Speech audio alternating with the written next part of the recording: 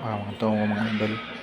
Kasi mangutan ako sa mga OJT kung manong ibang lahi ang nahimo sa tong Ginoo nga si Adang si iba raman tang nahimo. Daw.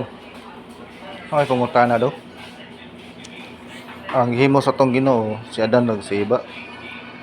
Nganong iba-ibang lahi ang tibok kalibutan? Nahihilaw, nay napagod, napoy luto pod. Ano na dong? Dong, ano na dong? Nay negro, nay Amerikano,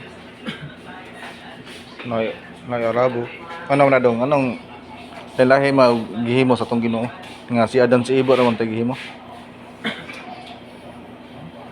Overcook daw ala.